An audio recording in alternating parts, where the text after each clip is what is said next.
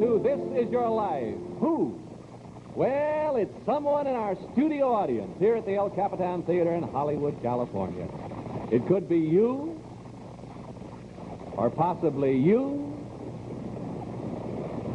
Doesn't look like it's he, does it? Is he going to be surprised? Or you. But actually tonight, this is your life. Mr. Smith Robinson of Healdsburg, California. Yes, Mr. Robinson. Oh, we really pulled a fast one on you. With the help of many of your good friends, especially the Reverend Jack Thomas of the Highland Park Presbyterian Church. Thank you, sir, for inviting Smith Robinson to Los Angeles, for bringing him to our show tonight, Mr. Thomas. Come on up here. Smith Robinson to our Hazel Bishop stage. Sure, fella. Thank you very much, Mr. Thomas, for all your help. Come on, take your place here in our chair of honor, Smith Robinson. Look at here. We're going to trace your steps from childhood to maturity to a day when your life of service is climaxed by changing the fortunes and the lives of 1,000 or more men. How do you do, Smith Robinson? It's a pleasure to know you. Say hello to the good group out there. How do you do? Come on over and sit down, my boy. Sit in our chair of honor. Well, this is not exactly what you expected when you came here tonight, just to enjoy a television show, is it, Smith? Well, relax. Take it easy as we turn the pages of this book. See? This is your life. Smith Robinson of Healdsburg, California.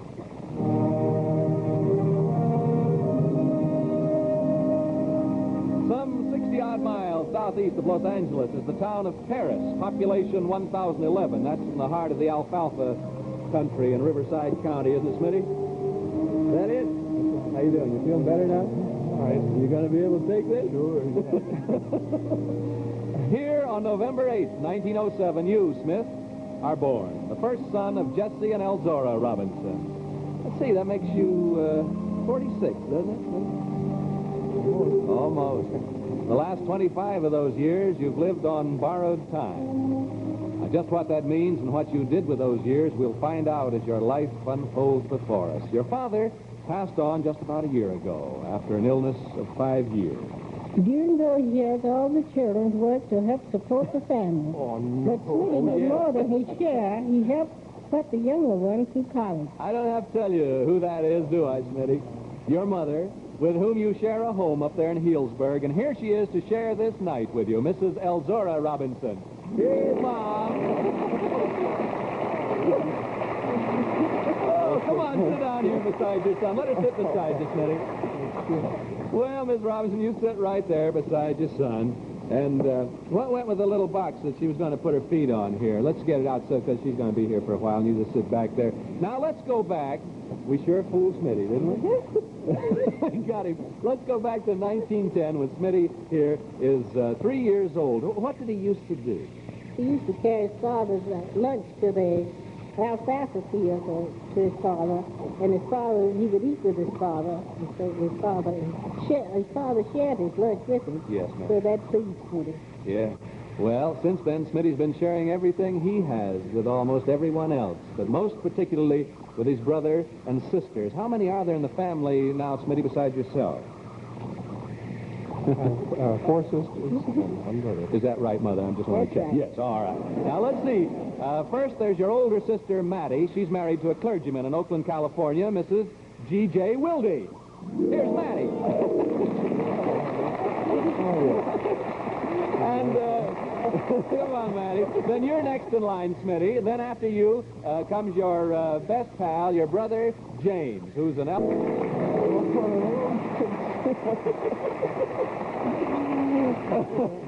Number 3 is Sister Catherine, also a teacher in San Francisco, Mrs. Theodore Munson. Catherine.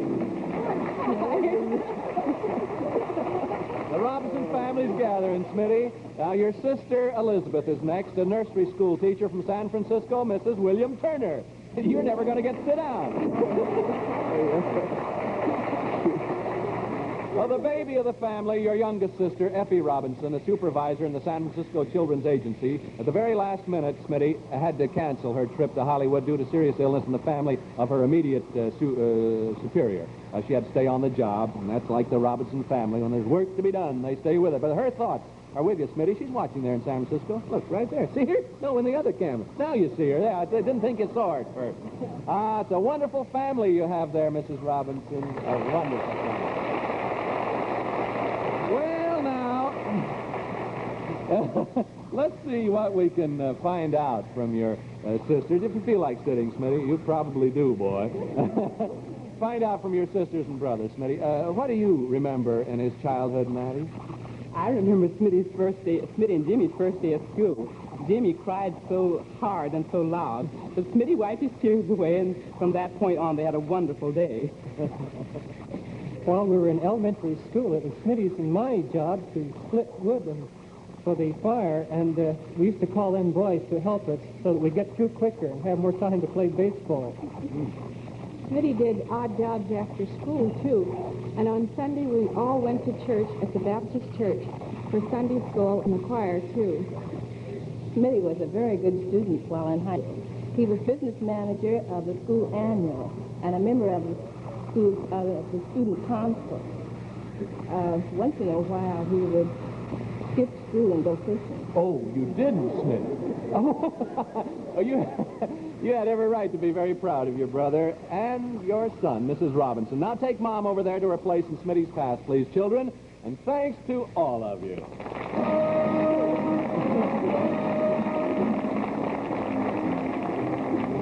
Just where is Healdsburg located in California, Smith? 67 miles northwest of San Francisco on River Highway. Indeed.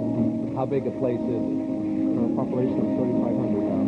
How many? 3,500. Well, just think, most of them knew all about this. I think everybody did in Healdsburg, but you. They're all watching right now. I mean, there must be 50 people to a television set up there. You graduated from high school there in 1927, didn't you? Mm-hmm. Not before you'd made quite a name for yourself, as well as a host of friends. That's certainly true, Mr. Edwards. And Smitty was a great athlete, too. He played halfback and fullback on the football team, threw discus on track, and was a star on the Healdsburg High basketball team. Now, a voice out of your high school days, Smitty. Do you recognize it? The fellow teammate. You were on the football team together. He's one of the great names in Healdsburg High's athletic history. Your good friend, Clint Ames. That's right, Clint Ames. Come on, Clint. Good to see you. You know, Mr. Edwards, we football and basketball players, we used to make a regular hangout at his home. Yes. Because his mother made such wonderful cakes and cookies. Oh, I'll bet you hungry athletes put away a lot of those cakes and cookies, eh, Clint? We certainly did. And then Mrs. Robinson would wonder what became of her cookies. But we'd never tell. But I think she really knew. Oh, did you know, Mrs. Robinson? You really knew. Well, I bet you did. But seriously, Mr. Edwards, Smitty was one of the most considerate and unselfish fellows I've ever known. Thank you very much. You're going to see him a little later. It's wonderful. Thanks. You and all of Smitty's past will get a chance to talk over the good old days right after the show at the party Hazel Bishop is having it in Smitty's honor at the Hollywood Roosevelt Hotel, where everybody has accommodations.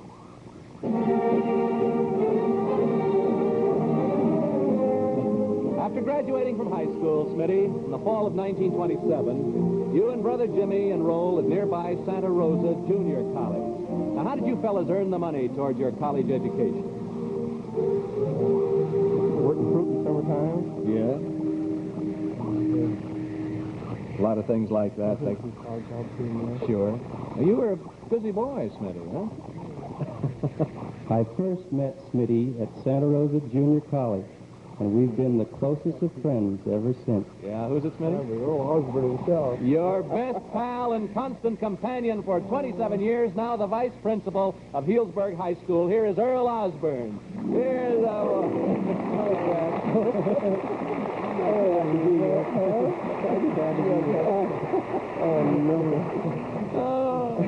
sit down there, and you sit up on the edge there. He probably feels like sitting down. When I first met Smith, he was playing fullback on the Santa Rosa Junior College football team. At that time, he had high hopes going to the University of California and making the varsity. And did he, Mr. Osborne? Yes, he went to the University of California, but in his sophomore year, in the spring of 1929, Smitty was unfortunate enough to have to drop out of school due to ill health. They found that he had an enlarged heart, and he went home to live the life of an invalid, and not too long either. He was told that he didn't have long to live, and that was 25 years ago. Well, that's right. It was 25 years ago, but he's made awfully good use of that borrowed time. And during those 25 years, he has spent all his time helping others rather than himself. Thank you very much, Earl Osborne. Thank you.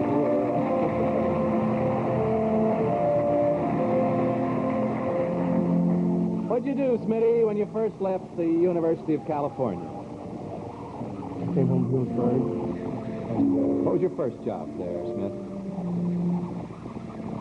When you got back? You were a janitor there, weren't you? High school teacher or something. That's right. Doctors had told you that you must be very careful, that you might not have long to live. Smith came to work at the Hillsborough General Hospital in 1930, and he's been my right hand ever since. Do you recognize that voice, Smitty? I could never forget that voice. Your friend and your employer, he's just getting up and down the whole time. He just gets seated when someone else comes in. The administrator of the hospital where you are building superintendent, Smitty, Mrs. Nursula Harlan of Healdsburg. Here she is. And I didn't fly. This chicken, that's all. This chicken. Oh, my God, it's you. So, Smitty, I want to know who's running the place with you, too. I don't know. Smitty's pretty important to you there at the hospital, Miss Harlan, eh? Well, I couldn't get along without him, Mr. Edwards, and I don't think Healdsburg, town of Healdsburg could either. He is the busiest man in our community. He's always doing something for someone else. Mm-hmm. Like what, for instance, Miss Harlan? Well, he coaches the alumni football team, and he Used to, he says. Yeah, hearing that I used to. he has helped with the high school team without charge. In 1941, he organized the chancel choir of the Federation Church. You like that, Smitty? He still directs That's the it. closest thing to my heart. Yeah. After Pearl Harbor, he started writing letters to the Healdsburg servicemen, as many as 300 personal letters. And when it got over that, A month? 300 a month? A month. Personal letter? That's right. And when it got over that, he started what is known as the Smitty Scoop, and was sent out to 500 servicemen. What'd you call it? Smitty Scoops. Oh, Smitty Scoops, and then this one. Well, how'd you find time for all that? Well, he was chairman during the war. He was chairman of Civil Defense and taught, and he organized homecoming day after VJ Day, and gave the boys each a scroll when they came home. Hardly a day passes that we don't see Smith walking from one end of the town to the other, giving us cookies and biscuits and candy to cheer the needy ones. As long as you can be useful, that's the main thing. That's been your philosophy of life, hasn't it, Smitty? That's what you've said. You've certainly lived up to it. Thank you very much, Mrs. Nursula Harlan.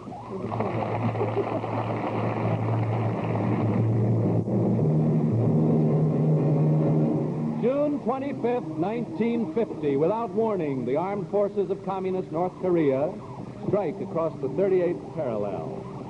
Now, though you're living halfway around the world, Smitty, in Healdsburg, California, it's an event that touched your life, as your life touched the lives of those engaged in the battle in far-off Korea. Not until November 3rd, when the Chinese Communists enter the conflict, is the seriousness of the war brought home to the world. I took part in the withdrawal of our troops from the chosen reservoirs to South Korea, that bitter cold Korean winter of 1950 and 51. Well, now, don't listen too hard, Smitty. There's a voice that you've never heard, yet it belongs in your life. Here from Morgantown, West Virginia, is the former commander of Company A, 1st Battalion, 7th Infantry Regiment, Captain Harley F. Mooney. Pleasure to meet you. It's a pleasure. Well, now, what happened as the American troops withdrew from the Chosin Reservoir, Captain Mooney? Well, the withdrawal was well planned and orderly, but swift. And the ice and snow of the Korean winter didn't help any. As a consequence, the men lost many of their personal belongings, and by the time we had arrived at new positions in South Korea, the morale was rather low. I decided that anything that could be done to help bolster the morale of my men would certainly be worth a try. Is that a voice you know, Smitty? Huh? Formerly the commanding officer of the 1st Battalion, 7th Infantry Regiment in Korea, now at the Pentagon in Washington, D.C., Lieutenant Colonel Fred C. Wyan. Colonel Wyan!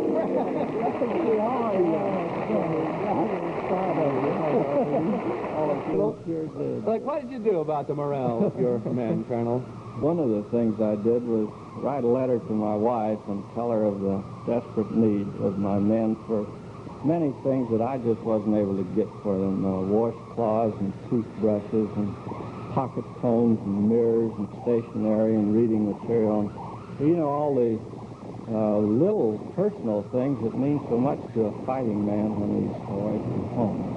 When I got that letter in March 1951, I really didn't know quite what to do, but I knew I had to do something. There's a voice you recognize, isn't it, Smitty? Okay. The Colonel's charming wife from Arlington, Virginia. Here is Mrs. Wyan. Arlene, here you are.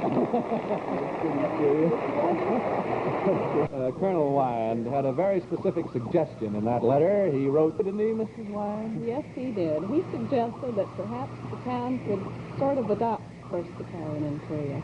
Mm-hmm. And where were you living at that time? I was living in my hometown, Healdsburg, California. So what did you do about it, Ms. Wyan? Well, the first thing I did was call Smitty. Uh-huh. What everybody does. Call Smitty. And what did you think of the idea, Smitty? I thought it was wonderful. Yeah. Chamber of Commerce thought it was wonderful, too. City Council did, all the service clubs, the American Legion, the churches, the schools, the whole town, every 3,402 of them. Healdsburg, California had adopted the more than 1,000 men of the 1st Battalion of the 7th Regiment in Korea. And the man whose enthusiasm, leadership, and spirit spearheaded that adoption, the chairman of the 1st Battalion Committee in Healdsburg, you, Smith Robinson.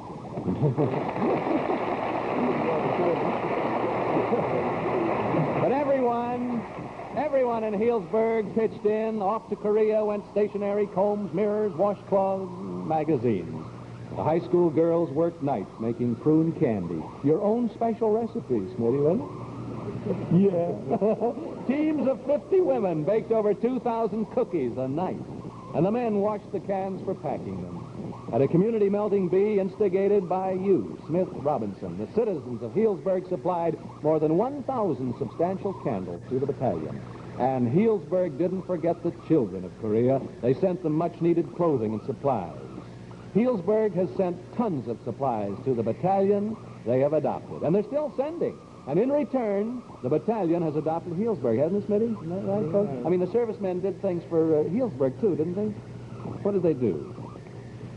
Send some barbecue equipment and a flagpole and things like that? And intercommunication radio for the hospital.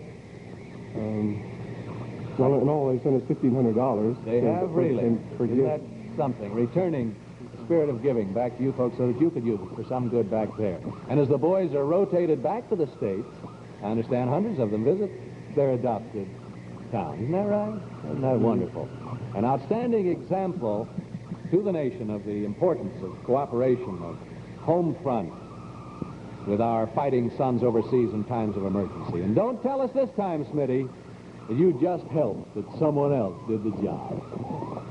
This is your life, Smith Robinson of Healdsburg, California, the town that adopted a battalion, and the battalion that adopted a town. Sit down, Smitty. Mama's going to come and sit down by you. Now, in just a moment, we're going to have a look into your future, Smith. Come on, Ms. Robinson. There we go. There we go. But right now, here's our good friend Bob Warren with a real treat for you ladies. That's right, Ralph. Every woman who's tried our new formula, Hazel Bishop Lipstick, says it's a real treat, and you will too. For our new Hazel Bishop Lipstick has a texture like no other. It's not dry, and it's not greasy. Most important, it now contains new creamy ingredients that protect your lips against dryness and irritation. But what we girls like best about the new Hazel Bishop lipstick is that it stays on longer than ever, longer than any other. Here, let me show you. This is the new Hazel Bishop lipstick. And this is an ordinary lipstick. Now, I'll blot them both and then rub just as hard as I can. Now, as you see, the other lipstick is practically all gone. But the new Hazel Bishop lipstick is just as bright as ever. And it'll stay that way until I'm ready to cream or wash it off. Thank you, Helen Parrish. It's a very convincing demonstration and proof that Hazel Bishop lipstick stays on longer than any other. But there's only one way that you can prove that Hazel Bishop lipstick looks better, feels better too, and that's to try it yourself. So tonight or tomorrow, sure, go to your nearest cosmetic counter and treat yourself to a Hazel Bishop lipstick. It's in the same familiar package, but what's inside is now better than ever.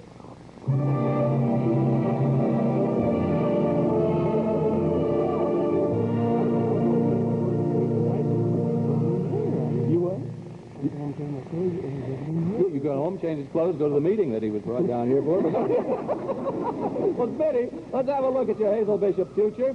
You'll receive a 16-millimeter sound film of this program, together with a Bell & Howell 16-millimeter sound projector, so that you, your friends, family, can relive this night over and over again, right there in your own home in Healdsburg, okay? You probably have a parlor full, because I know they're all going to want to see it again. Incidentally, here, not too incidentally, here is a Bell & Howell 16-millimeter motion picture camera, so you can keep a record of the future with your own home movies. Hazel Bishop wants you to have that, too. And as a further remembrance of this night, Hazel Bishop wants to present you with this appropriately engraved gold Bulova wristwatch from America's great watch manufacturer, Bulova, inscribed there commemorating this date. He's not going to forget it, brother. And finally, Hazel Bishop knows that transportation is a real problem in your busy and purposeful life up there in Northern California. You don't have a car, do you? You walking around town with those biscuits in the pan, helping everybody? Well, Smitty, you have one now. Hazel Bishop wants you to accept these keys to your very own brand new Mercury. This Mercury will be delivered to you by Coal Finder of Chicago. 2XGIs were the world's largest Mercury dealer. This is your life. Smith Robinson of Healdsburg, USA. There isn't a town in America that, in its own way, doesn't have its own Smitty, whether his name be Brown or Ginsburg or Pirelli. In the end, it's character that counts. It's what you are as much as what you do. You've used your borrowed time well, Smitty. They say you should have been dead long ago. You sure fooled them, didn't you? Well, God bless you. Thank you. Good night. Thank you. Thank you. Okay.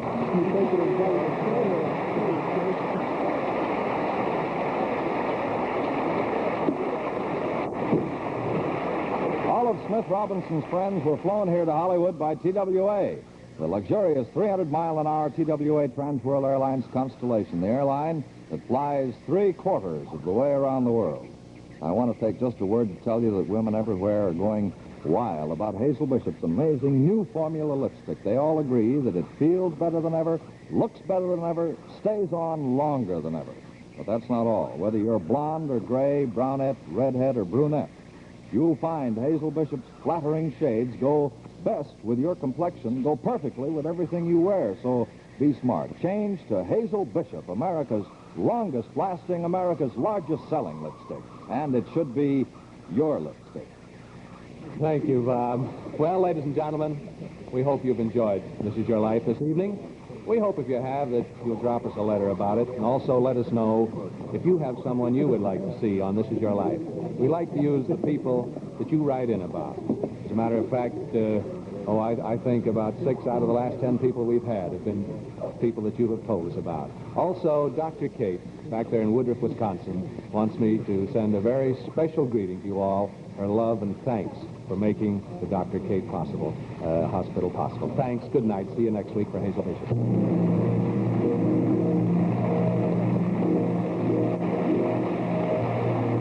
This is your life.